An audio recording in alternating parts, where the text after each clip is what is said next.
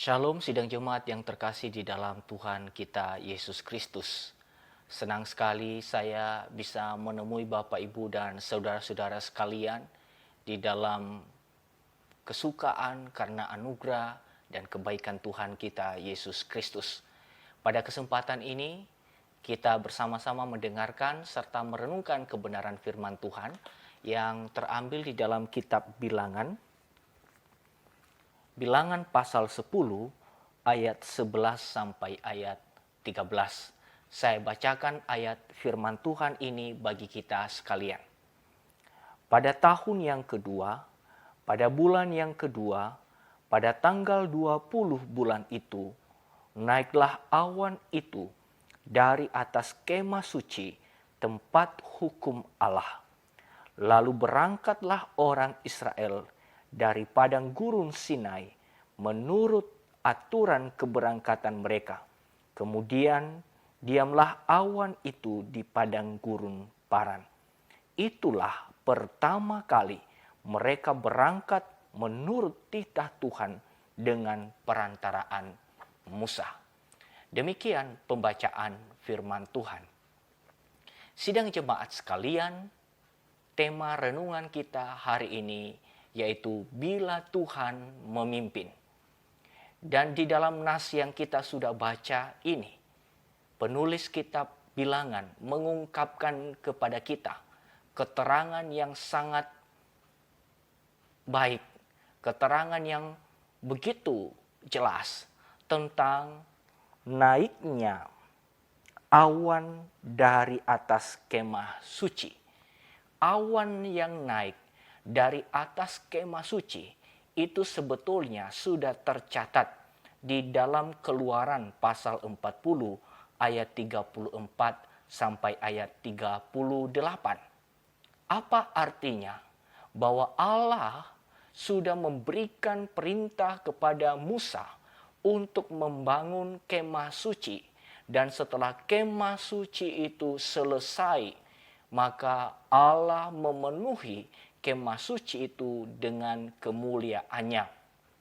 Kini di dalam Bilangan pasal 10 ayat 11 sampai ayat 13 ini dijelaskan bahwa titik tolak keberangkatan orang Israel untuk bisa meneruskan perjalanan mereka melewati padang gurun itu berasal dari naiknya awan dari atas kemah suci tempat hukum Allah. Apa artinya, Bapak, Ibu, dan saudara-saudara? Tuhan memimpin umatnya itu dimulai dari apa? Perkenanannya untuk tinggal bersama dengan umatnya. Perkenanannya untuk hadir di tengah-tengah umatnya. Maka kalau titik tolak perjalanan orang Israel di padang gurun ini adalah naiknya awan dari kemah suci itu, berarti Allah yang memegang kendali di dalam kehidupan orang Israel. Perjalanan di padang gurun bukan perjalanan yang asal saja tanpa tujuan, tetapi perjalanan yang dipimpin dan dikendalikan sendiri oleh Tuhan yang sudah membebaskan mereka dari Mesir. Lagi pula Bapak, Ibu, dan saudara-saudara, adanya kemah suci itu artinya Allah berkenan hadir di tengah-tengah umatnya. Maka konsekuensi dari kebenaran ini, maka orang Israel harus memiliki kehidupan yang berpusat kepada Allah. Oleh karena itu Bapak, Ibu, dan saudara-saudara, ini penting ketika penulis kitab Bilangan ini memberikan penegasan bahwa orang Israel memulai lagi perjalanan setelah mereka mendapatkan hukum dari Tuhan. Mereka meneruskan perjalanan itu atas kendali Tuhan. Kemudian hal yang kedua, penegasan bahwa Allah memimpin mereka itu memberikan kepada kita pemahaman bahwa Allah menyertai, Allah memimpin secara tetap. Meskipun orang Israel sudah berhenti sejenak di Gunung Sinai untuk menerima hukum dari Tuhan, kini perjalanan mereka akan diteruskan. Tetapi perjalanan itu adalah perjalanan yang tidak lepas dari kepemimpinan dari Tuhan sendiri. Oleh karena itu, penegasan di sini yang menjelaskan kepada kita bahwa itulah pertama kali mereka berangkat menurut titah Tuhan dengan perantaraan Musa. Itu untuk menjelaskan sebetulnya kepada kita bahwa perjalanan itu adalah perjalanan yang terus dipimpin oleh Tuhan. Atau dengan kata lain, bila Tuhan memimpin umatnya, maka pimpinannya itu adalah pimpinan yang sifatnya tetap.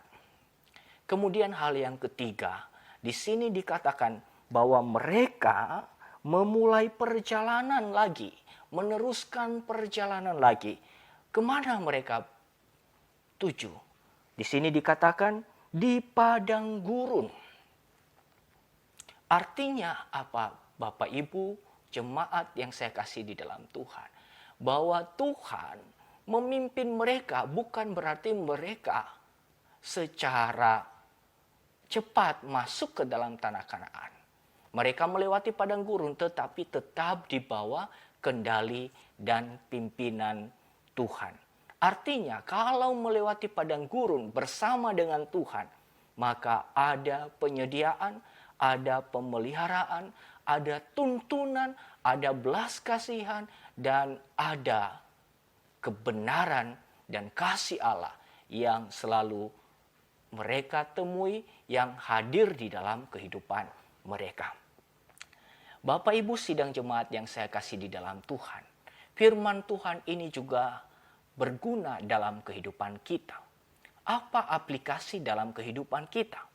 Pertama, Bapak Ibu dan saudara-saudara, kita harus memahami bahwa kehidupan kita sekarang adalah kehidupan oleh karena perkenanan Tuhan.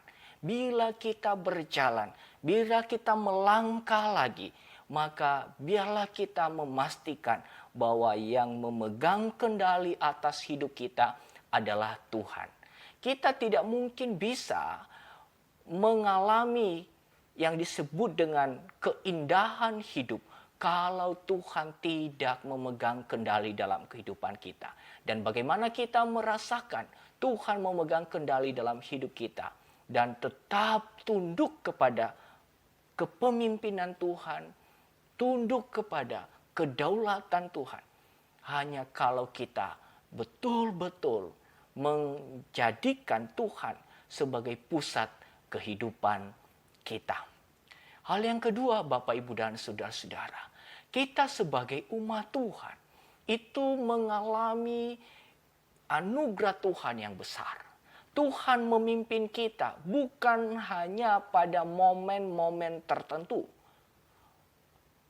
Penyertaan Tuhan, pimpinan Tuhan dalam kehidupan kita itu sifatnya tetap. Kalau di masa lalu Tuhan memimpin kita, kini kita akan melangkah lagi dan Tuhan juga akan memimpin kita. Sama seperti orang Israel, mereka berkemah di berbagai tempat. Mereka berhenti di beberapa tempat. Dan setiap perhentian itu tetap disertai oleh Tuhan. Setiap juga perjalanan yang diteruskan, itu pun juga tetap disertai oleh Tuhan. Oleh karena itu, Bapak, Ibu, dan saudara-saudara, hal yang sangat sederhana pun dalam kehidupan kita. Bila kita bisa memasuki hari esok, bila kita pun juga bisa memasuki hari yang baru, itu artinya bahwa juga pimpinan Tuhan bersifat tetap dalam kehidupan kita. Hal yang ketiga, pelajaran yang kita bisa ambil di dalam nas yang kita sudah baca ini, bahwa pimpinan Tuhan bukan berarti kita tetap ada di dalam kehidupan yang enak, yang nyaman. Buktinya orang Israel juga menempuh padang gurun Padang gurun itu adalah tempat yang tidak mengenakan. Begitu panas pada siang hari, begitu dingin pada malam hari. Tetapi saudara yang saya kasih di dalam Tuhan, melewati padang gurun, melewati kesulitan-kesulitan, melewati rute-rute yang begitu menyakitkan. Kalau itu bersama dengan Tuhan, maka juga Tuhan menyediakan apa yang kita butuhkan, memelihara kita, menyediakan pertolongan yang begitu tepat pada waktunya. Oleh karena itu, Bapak, Ibu, dan saudara-saudara, hari ini kita sudah belajar, bila Tuhan memimpin, maka Ia berkenan hadir di dalam kehidupan kita, memegang tangan kita, dan juga Dia adalah pusat dari kehidupan kita. Bila Tuhan memimpin, maka Ia memimpin secara tetap. Dia tidak pernah berubah. Ia akan menolong kita sampai kita menyelesaikan perjalanan kita.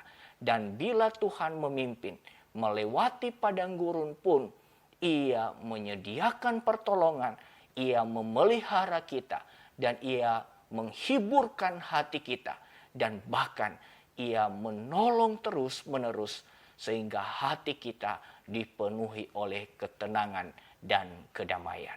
Marilah kita bersama-sama melangkah lagi dengan keyakinan teguh bahwa Tuhan menolong serta memelihara kehidupan kita. Kiranya Tuhan menolong kita sekalian, Tuhan memberkati.